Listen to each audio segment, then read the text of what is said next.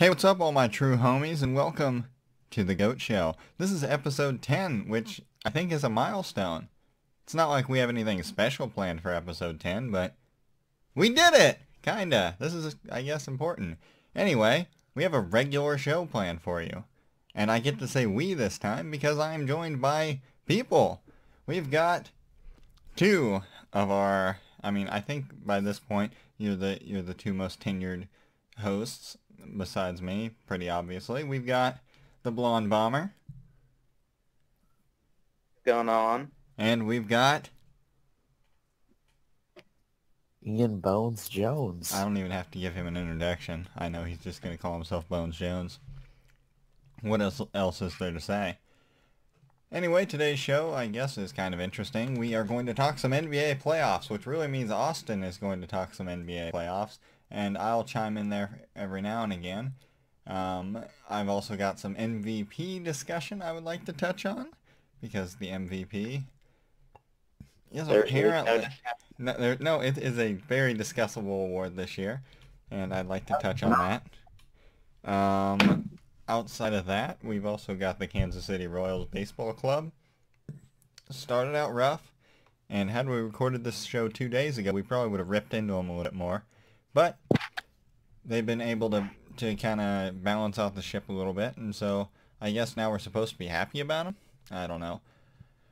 We'll touch on the Royals, though, and then we'll follow that up with a couple minutes of Ian talking about Ian-y things, where he gets to talk about his sporting Kansas Cities and his St. Louis Blues and his Mizzou football. I don't really have any KU football points today. They had the spring game. The Jayhawks won. KU lost. Who cares? But I'm sure he has lots of great Mizzou football points he wants to make. And so we'll throw those in. And basketball. We'll throw those in there. Oh, yeah, whatever. Here they have a recruiting class over for the first time in school history. Anyway, the more important thing is the NBA. The MVP race. Austin, go. Tell me about the MVP race. Well, I don't know why it's being discussed as much as it is, because it's not close. Predators had one of the best seasons that the NBA will ever see. I don't know why. I get James Harden. He had a good year too, but James Harden's system is set up for anybody to be incredible. It's shoot 453s and just run and gun. It's easy for anybody to put up big numbers there. Rockets didn't have them, they'd still make the playoffs. You think the Thunder are making the playoffs without Russell? No, the Rockets are not a playoff team without Harden. Yes, they are. You not see all the people on the team. They're good. No, yeah, but Harden is the best. No, they make their 7 seed in the playoffs with Harden.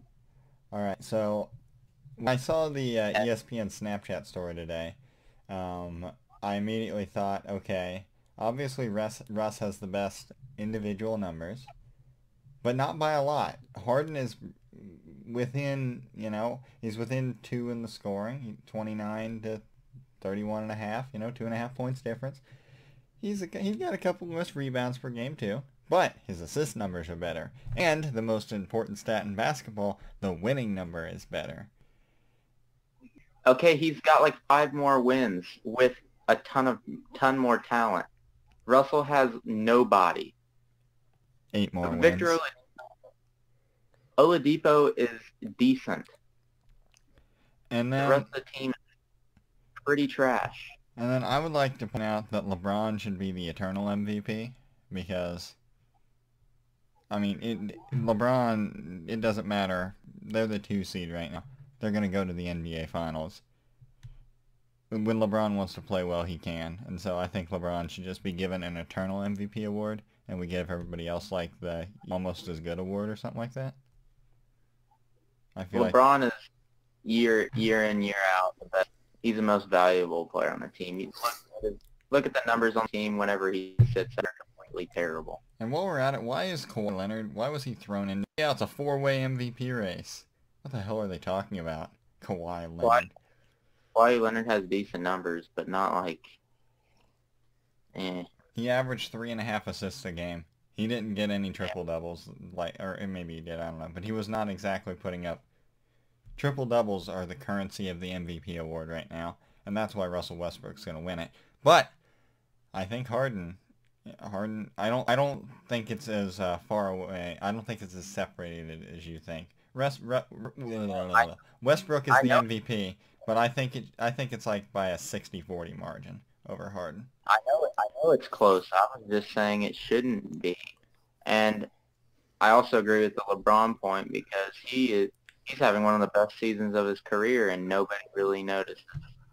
Yeah, and because, you know why? Because he does it so much and every year people just don't think about it. Well, that and LeBron, he's only going to play. He knows that. He knows his body. He knows his team. And when they're on a roll, he's not going out there for numbers. He's going out there to win enough games to put his team in a situation where the path to the finals will be doable. You know. There's a reason why there are 2 seeds. It's because he's not about the regular season. It's all playoffs. Yeah, right he's almost he's almost always a 2 seed. I would have never expected it to be the Celtics this year, but when they were in Miami, they were a 2 seed 3 of the years. Yeah, and the Pacers were a 1, I believe. Yeah, the Pacers. A 7 seed. Playing. So yeah, I think Harden has a chance, but it should be Westbrook. Anyway, let's go ahead and talk about that other thing that's happening, the playoffs. I think that's why they played the whole season, so that way they can play 2 freaking months of playoffs. I will never get past that. The NBA, they let half the teams in the playoffs, and then the playoffs essentially become like a quarter of the season. You know, I'm not. Especially now when you know there's only like 3 or 4 teams max that can even make it far. Yeah. The NBA playoffs are a good system though to find a true champion. You know, it's better than in baseball. A 7-game series is a lot smaller percent of the season than in basketball what a 7-game series is. So it's the best system we have to find a true champion in any sport. Of like the 3 that I care about, you know, basketball, football, baseball. Baseball, you get a series that is, you know, whatever. It's not as big a percentage of the season. And football is 1 game, but it's just not fun, you know? Like, you can't honestly tell me that the Memphis Grizzlies have a chance of making it far whatsoever. I think they do. Oh yeah, they're gonna beat the Spurs, and then the Rockets. And no. The Grizzlies, I think they're 3-1 against the Golden State Warriors this year. They're the one team that can defensively slow down Golden State. Yeah, but they're not gonna make it there. You know? That's true. That's probably true, but I'm just saying they're a lot better than what people think. I don't like 2 months. Like, you're telling me it's the playoffs today. The playoff, like, I won't care until June. You know, school will have been out for 2 weeks before I start caring about the finals.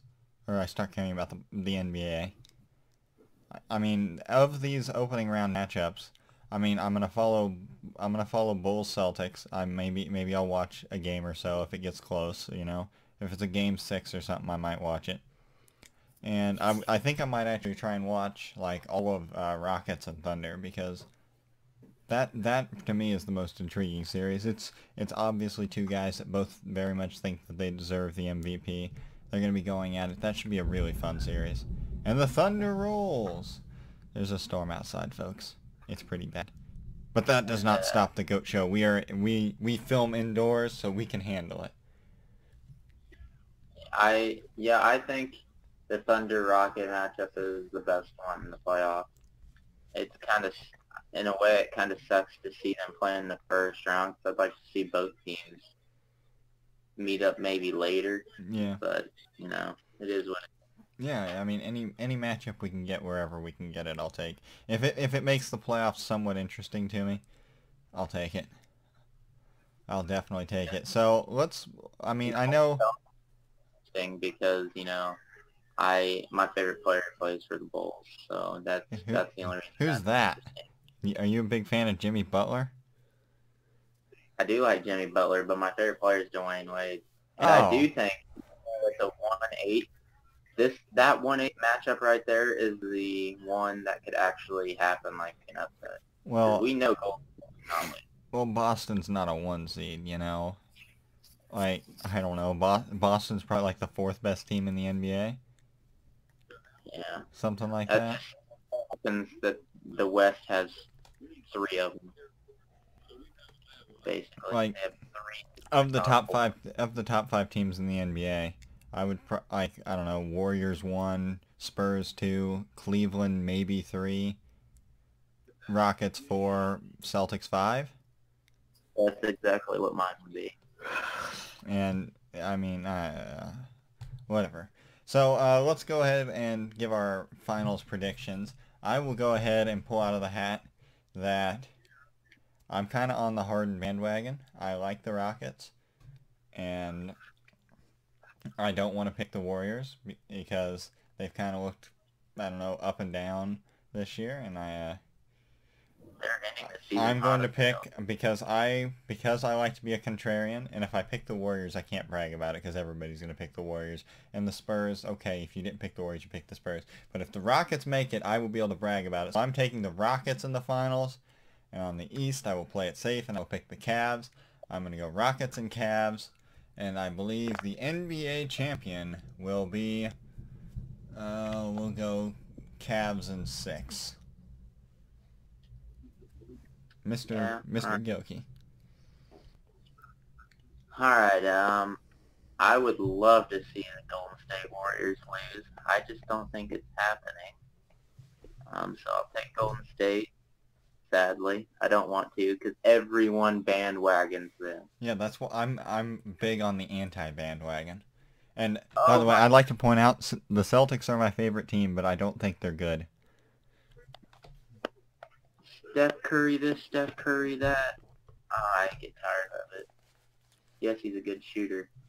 I get it. I hate bandwagon people. Like, there's a lot of people I know that didn't even start watching the NBA, and then they see the Steph Curry guy shooting 30-footers, and now the Golden State Warriors are like the best team on the planet. Yeah, now they're able to give you really great, like, stats and just be able to break down NBA games out of nowhere. Like, you played middle school basketball and then haven't touched a ball since. Ball is not life. I'll take Golden State out of the West, but I do, for contenders there, the Rockets and the Spurs are definitely, I think they can, and, I mean, if the Thunder were to somehow get there, Russell Westbrook could win 2 games by himself, I think, but that's just my opinion. Mm-hmm. Because, LeBron kind of did that when he didn't have Kyrie or Kevin Love. Oh, yeah. But the East, it's going to be Cleveland. LeBron's a different animal in the playoffs. It's the reason why the playoffs are like 400 times better to watch is because everybody's passionate. You actually see emotion on the court. It's not like they're just going through the motions out there. Yeah. They're actually playing intense basketball which is probably part of the reason why the playoffs are so long. It's just because they want to give us, they got to give the players a reason to ever try. I wouldn't say the playoffs, you still don't have incredible, try-hard defense, but it's a lot better. And then in the finals, they actually try. The finals is intense. But I'm going Cleveland, and it'll be Cleveland, Golden State again. And I will say Golden State gets another title, and I don't want to. Because I don't want to see Kevin Durant win a title that way. That just ticks me off. You don't go join a team that just beat you, that you should have won, but you choked. He himself choked. Mm-hmm. I don't like that. That's not what I would do ever. You got to be more competitive than that, in my opinion. Just have a little bit more competitive fire. Yeah. But I'm going to say the Warriors get it. It's got so much talent. How are you supposed to stop that? It's just way too much firepower. Outshoot them as the Rockets. I mean, it's hard to do. That's for sure. Rockets I will will just. say. All right, I will Rockets. say. Rockets and Warriors will probably be the highest scoring NBA playoff series in NBA history. Probably, but I will say, a team that's physical and has some decent bigs that are very physical will cause Golden State trouble. Yeah, the Rockets probably don't match up the best, like in terms of trying to win the series, because they're pretty much Golden State light. Yeah, they're both teams. Actually, the Rockets made many more threes than the Golden State Warriors. Yeah, they can outshoot. Yeah, but like you were saying though, to beat a team that's really fast, you've got to be big and slow.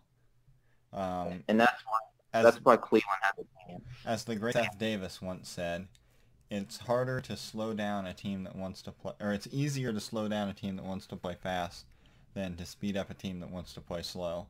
And you see that in the college tournament. Whenever you'll get like that team that, they want to, oh man, we're just going to run up and down the floor on them. And then if they're not making shots and you're able to put a hand in the face and, keep them from getting runouts, it's hard. That's why West Virginia will never win a title the way they're playing.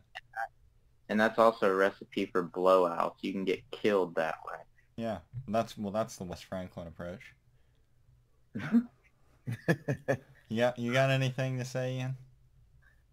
I'm not one of the NBA fandom, but I think it's going to be Warriors Cavs again, and it's going to go to 7 games.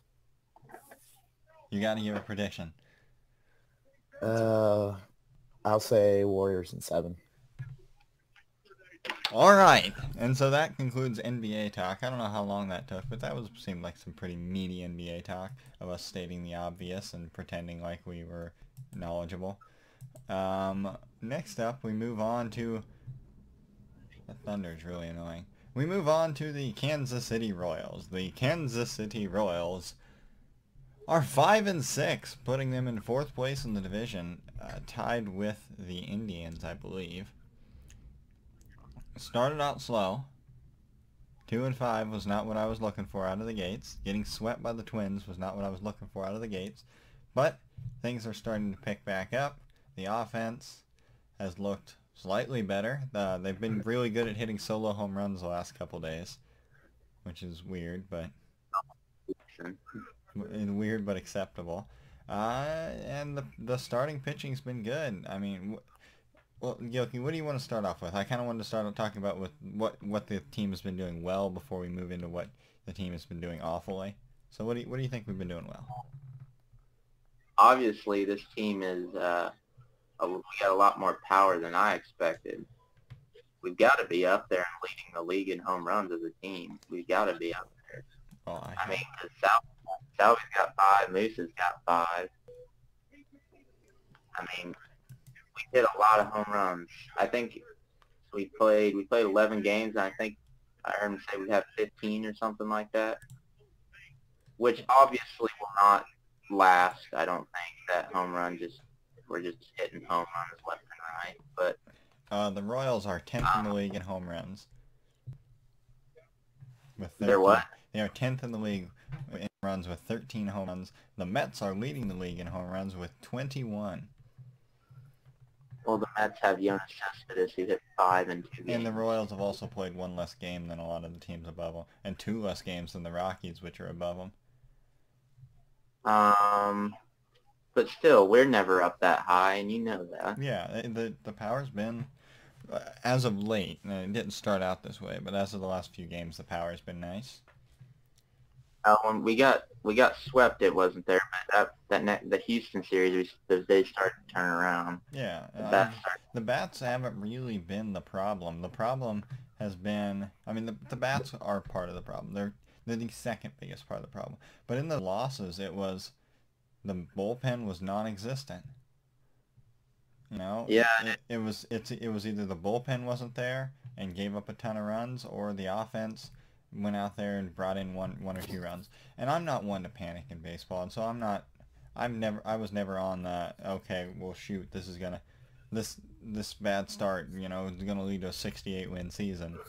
But yeah, you see trends, and the bullpen is not going to be a strength of this team. And that's just something that, for as a fan of the Royals over the last few years, it's multiplied even more because we're so used to seeing good bullpens, and you got to know that that was going to end eventually. And when you trade away, one of the best closers in baseball, that your bullpen will get worse. That seems to correlate pretty well. So a team without a bullpen, that's not something that I'm used to seeing. It's rough. I mean, we witnessed a walk-off. We lost on a walk-off. Matt Strom, who, by the way, he's made a couple, they were talking about it today on the broadcast, he's made a couple of appearances in AAA, and he's been doing fine, so maybe he's fixed? No, I'm not going that far. I've seen him walk like 7 batters in 2 games, all right? He's terrible. No, he's fine. No, Matt Strom is a good pitcher, all right? He's the future of this organization. He probably is a good pitcher. I just don't know why he just can't hit the strike zone. I mean, the bullpen is a problem. Starting pitching is not actually that bad. Duffy's looked really... Starting pitching has been really good, actually. Yeah, Duffy's been... Yeah, I would say most of the time we get into the starting pitching gets into the 6th or 7th inning, and then we would just bring in some guy with bullpen, and he'd give up runs. So I wasn't able to find the stat, but the Royals, I believe, are like 2nd in baseball in ERA after the Cubs. The problem is they're like bottom 5, or it's something crazy bad in terms of bullpen ERA. Yeah, well, the game I went to, I mean, we were down 3 or 4 to nothing already. With that, I mean, you can come back from that. It was like the 5th or 6th inning or something. But we bring in freaking Chris Young out of the bullpen, and he gets a 4. I'm like, what the crap? Not a recipe for success, if you ask me. And then you go from down 4 to down 8. You're not winning now. You don't even have a slight chance. Yeah, but then you can watch Raul Mondesi pop the ball. Kid's got strength. Raul Mondesi, he kind of ticks me off because I feel like he should be better. He should hit for more, hit a better average than what he is. And I made this point the other night when we were just talking. Raul Mondesi is pretty much a carbon copy of Alcides Escobar in the first couple years of Alcides Escobar's career. Because I remember at the time people talking about why, the biggest one was there was this game in probably like 2012 or something where Alcides Escobar came up to the plate in a big spot at the end of a game, and if the Royals got a hit there, they would have won the game. And Ned Yost did not pinch hit for, at this point, like a rookie Alcides Escobar who was batting like 200. And it was a huge deal. The Royals weren't going anywhere that year, but it was still early enough that, you aren't supposed to give up at that point. But Ned left him in there, and he gave him a chance to get pressure at bats like that. And now Escobar's become a very reliable big leaguer. Raul Mondesi, great defender, the bat will come. He's got enough talent. He's got enough coaching behind him. Bat will come. That is awful this year, but it's just, I think Mondesi is the more athletic Escobar, and that's even kind of crazy to say because Escobar is pretty athletic, but Mondesi is much faster. Yeah. Mondesi's a guy you could get on first. Like, if he gets on base, he could steal 2nd and 3rd. No problem. I mean, I wouldn't say no problem. Everybody gets gunned out. Well, yeah, but I mean, if he gets a good jump, it's going to be 95% of the time he's stealing the bag, in my opinion. Yadier and Merlino would throw him out. Oh, shut up. Yeah, that's why right now he's a bunt guy, and at some point the battle come around to follow that. Where all right, let me ask you guys this. Do you see anything right now that's happening? I pointed out bullpen earlier, but this is a point, we're like 11 games in. Once you get to 25, 30 games in, you can start to point stuff out, and once you're a couple months in, you can make judgments on the team. But at this point, you can look for trends. And do you see anything right now beyond the bad bullpen that you think could become a bad trend in the future, or a good trend? You know, I feel like relying too much on the starters is gonna hurt them down the road. Kind of like with what happened with Greinke the year he won the Cy Young. I mean, you just heavily relied on Greinke the entire season, and then he kind of phased out and wasn't getting, but still won the Cy Young. All hail Greinke. The won man the with Cy Young. like 12 wins that won the Cy Yeah. Young. Yeah, and I feel like this team is going to rely too heavily on the starters going, 6.5, 7 innings. Yeah, I can see that. I honestly, the thing is, I like the rotation right now, but I don't like, there's no depth behind it. There's nobody sitting in the minors that you can call up when somebody inevitably gets hurt. Vargas has looked insane. Duffy has looked insane. Nate Carnes had a good outing today. What did he give up? He gave up 1 or 2. Was the second run his? 1. He gave up 1? Yeah, that's what I thought. I think. Okay, well, don't worry about it. Nate Carnes had a good outing today. He looked shaky in the first inning, but he got it under control. I don't remember when the second run... No, yeah, he only gave up 1. Yeah, Carnes looked good today. I can't say the same thing for... Ian Kennedy's going to be Ian Kennedy. We'll get through it. But the rotation's fine. The thing is, there's no depth behind it. And I think this is a rotation that, Vargy is going to fall off a little bit, obviously from a .5 something ERA, but he's going to fall off a bit. Duffy, I think he'll be pretty consistent. He's got to be, and that's the thing. Yeah. In years past, if when Duffy went through his usual, rough spot in a random spot in the season, we got through it. I don't know if we can. Duffy has to be an ace this year, which is weird because in the past last year at this time he was in the bullpen, and now he's our ace. That's not something I like to. I mean, there had to have been a reason we were putting him in the bullpen last year. I feel like he's the second coming of Zach Greinke. That's high praise right there. I don't know if you noticed, Zach Greinke. Well, I mean, Zach Greinke has like a $200-something million contract. But yeah, I can see it. He's a young guy that, he's come up through the Royals. And the thing is, I remember he's not really a young guy anymore though, because I remember I don't know, I'm right up there with my story about Escobar when Duffy first came up, and everybody had their key turn. Everybody took their Greinke jerseys and they duct taped the word Duffy onto them. That was a long time ago, and Duffy has. I did that. And Duffy's really grown up in the big leagues, which is weird. You shouldn't do that, but we've been able to do that in years past. I don't know. That was a random story. I mean, yeah, trends. Well, for me, it's not really a trend, but the starting pitching's good. I like our bats. I think we have a good offense, actually. We just the main thing is health. Health. Yeah. Got to stay healthy. I think every show we've talked about the Royals this year, that's been my main point, is I've just talked about health. Because if one of the starting pitchers in the rotation goes down with some injury, who the hell are we going to throw in? Chris Young? Are you kidding me? Yeah, and it's happening right now. Like we were talking earlier about how the offense took a little, has had some bad games out there. If you didn't notice, our supposed power hitting right fielder has been on the disabled list.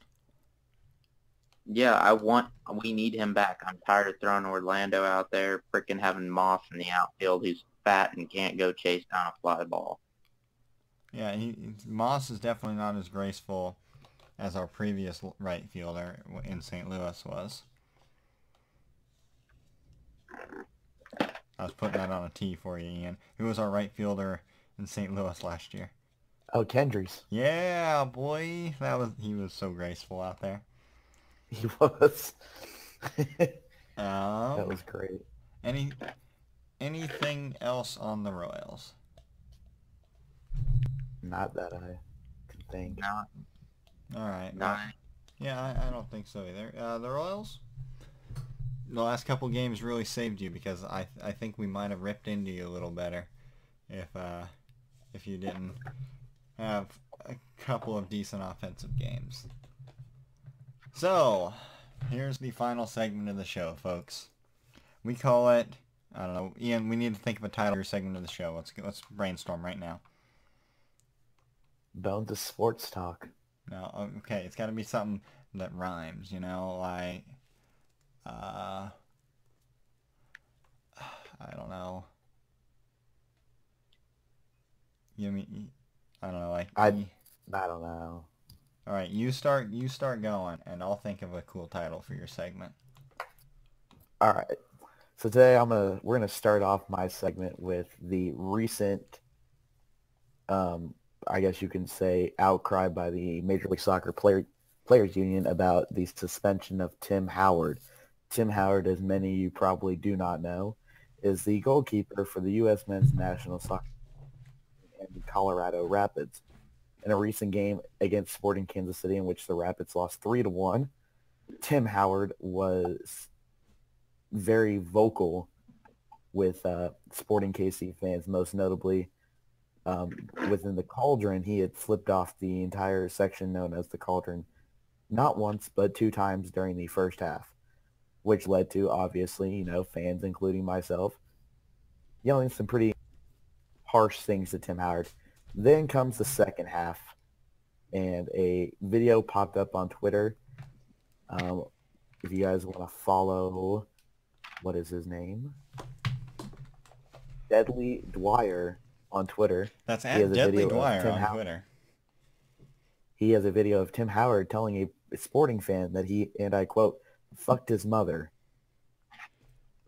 And I got live updates on this on Snapchat, by the way. It was amazing. It was great. That's not the reason why Tim Howard gets suspended. He is suspended for having a physical altercation with a fan after a game. And the way Children's Mercy Park is set up, they have what's called the field club. And then to get into the field club, you have to take the same entrance as the players do. And I guess this fan was very intoxicated and started yelling obscenities and acting a fool towards Tim Howard, and Tim Howard grabbed him by the collar, which, in my opinion, no matter what the situation is, you are a professional player, and especially for soccer, you represent both your club and your country. You should not be performing in this behavior.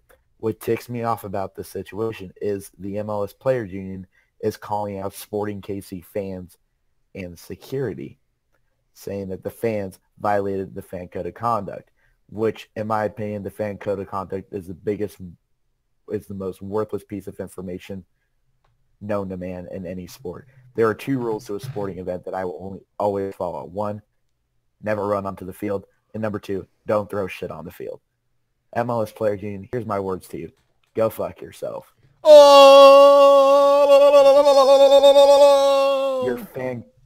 Your fan code of conduct is not going to be followed by anybody, and that's the whole point of having a supporter section, is to make their voice heard throughout the game. And honest to God, it's not going to be the nicest stuff said, especially whenever you have a player flip you off. It's not going to be pretty. Deal with it. Fans are going to say shit.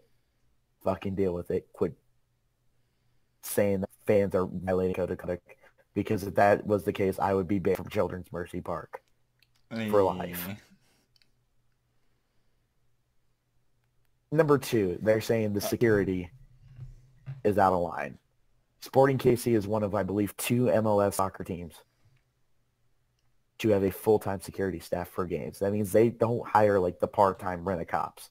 They have an actual security company running the deal. The security is not the problem. It's the fact that Tim Howard is a fucking baby. Tim Howard, if you ever have been to listen to this, go fuck yourself. You are an unprofessional piece of shit. All right, and first of all, let's set our sights small. If any athlete or anybody who knows an athlete ever listens to this show, any episode, we've made it. Exactly. I don't think we can call for Tim Howard to listen to this exact one. Anyway, I thought of a title for this segment. This is Bones' Bullshit. I don't know if I should take that as a compliment or an insult. I'm going to take it as an insult. You should. This is all bullshit crap that nobody cares about. Anyway, I'm sure people care about it. I'm sure people care about it.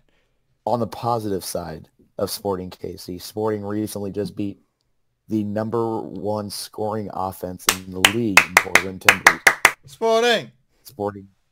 Sporting known to have this year has the best defense in the league, leading the league in clean sheets, which means they've had 3 shutouts this year, which honestly is quite impressive. If you look, actually, I think it might be 4. Well, yeah, it might be 4. One tonight. Yeah, there's 4. So they have 4 clean sheets. The offense, the first few games, I was kind of worried about it being the same story as last season. We just can't score. And then we just burst out last weekend. And then tonight, we score on the best offense in the league and hold them to 0 goals. My opinion, this team, maybe it's just the beginning of the season. Like last year, they started out undefeated and went on a horrible run of losing games and not getting points at home. But this team this year looks a lot better defensively. The addition of Ilya Sanchez and Josef Fernandez in the midfield and at the winger position, this team might be a championship caliber team. Who knows? We still got May, June, July, like 6 months left. That's a lot. Who knows? That's almost as long as the NBA playoffs. True. But I see this team as, they say defense wins championships. In this case, if you can hold the top scoring team in the league to nothing, you're doing something right. All right, so on to Blues news. I want to hit the Blues news. Blues currently leading the Minnesota Wild 2-0 in the playoff series. The Blues got hot at the right time. Fuck yeah, Hockey City, USA, motherfuckers. I believe they were 8-2 in their last 10 games, entering the playoffs, and that was including a 3-game winning streak. I looked at the Scott Trade Center last weekend when I drove past it. Yeah, it's a great place. All right, no, I just wanted to get my hockey point in there. Also, while I was there, and I went to Nashville, and I saw the place where the Nashville Predators play. Speaking of the Predators, they beat the Blackhawks today pretty bad. Nice. Yeah, I'm pretty happy about that. There wasn't any games happening, though. Like, they were out of town, so I didn't get to go to any games in Nashville. That would have been the only thing I could have done, like, sports-related. Yeah. Blues, I feel like they've got this series in hand.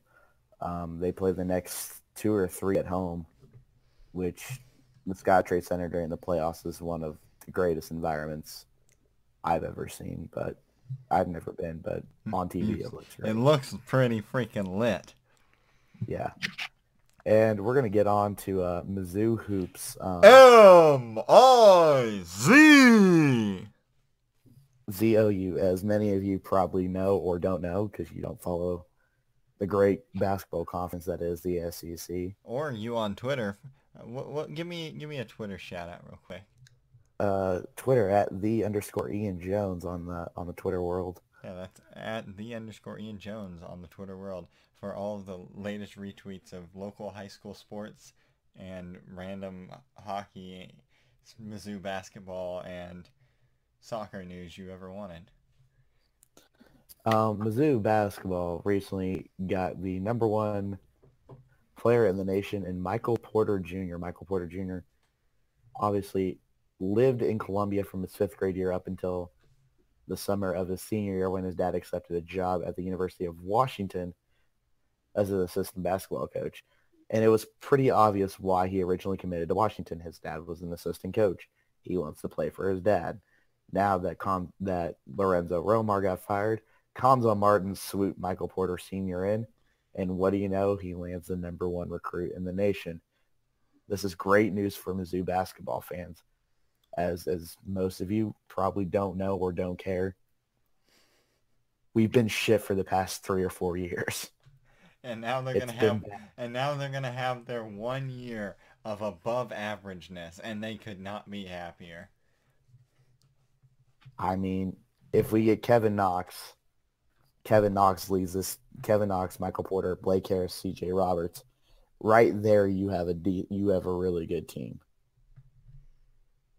Yeah. And yeah, they might even make the NCAA tournament. I believe they can make the NCAA tournament, and I feel like they can make a decent run. All right, right now, let's make Mizzou seed predictions for next year's tournament. Ian, go. Highest that will be is a 2 seed. You have to give me a number. Right? No, don't give me no damn range. I want a number. Well, the highest they're going to be is a 2 seed. So I want a hard, and fast prediction that I can hold you to later. Like, what seed will they be? They will be a X seed. What is X? X, 3 seed. Gilkey.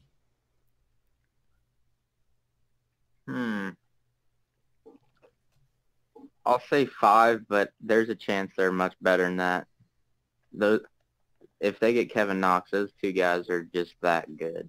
5 was going to be my number, but I will drop it to a 6 because you said 5.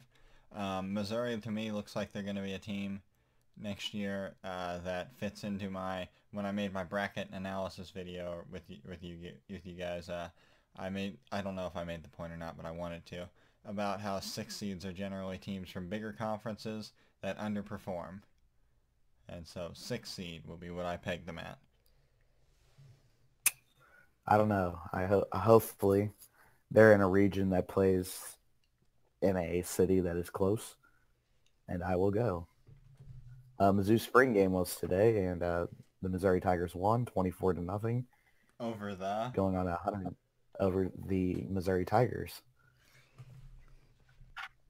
See, KU, they did it pretty cool this year. They broke it up. It was KU versus Jayhawks.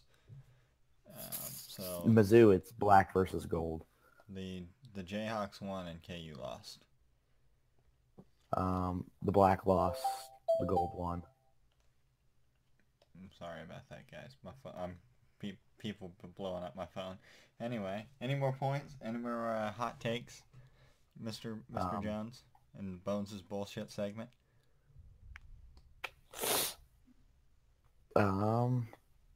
Nothing that I can think of. All right, that concludes today's episode of The GOAT Show. It seems like it was a pretty relaxed episode once again. Probably comes from lack of preparation ahead of time. That and being over the phone, it's a lot harder to do, like in a real radio situation, especially with people that don't know each other very well. They're sitting across from each other, so they can do the whole hand signals, like, okay, let's talk about this next, away from the mic. We can't do that obviously here, so we kind of got to talk things out loud, so it turns into more of a conversation type thing, and I like it. But let me know if you liked it. Did you enjoy Bones' bullshit? Should that become a recurring segment where he just talks about crap that we don't understand for a while? Enjoy the NBA playoffs, guys. Enjoy Royals baseball. We'll talk to you here in a couple weeks. Peace out.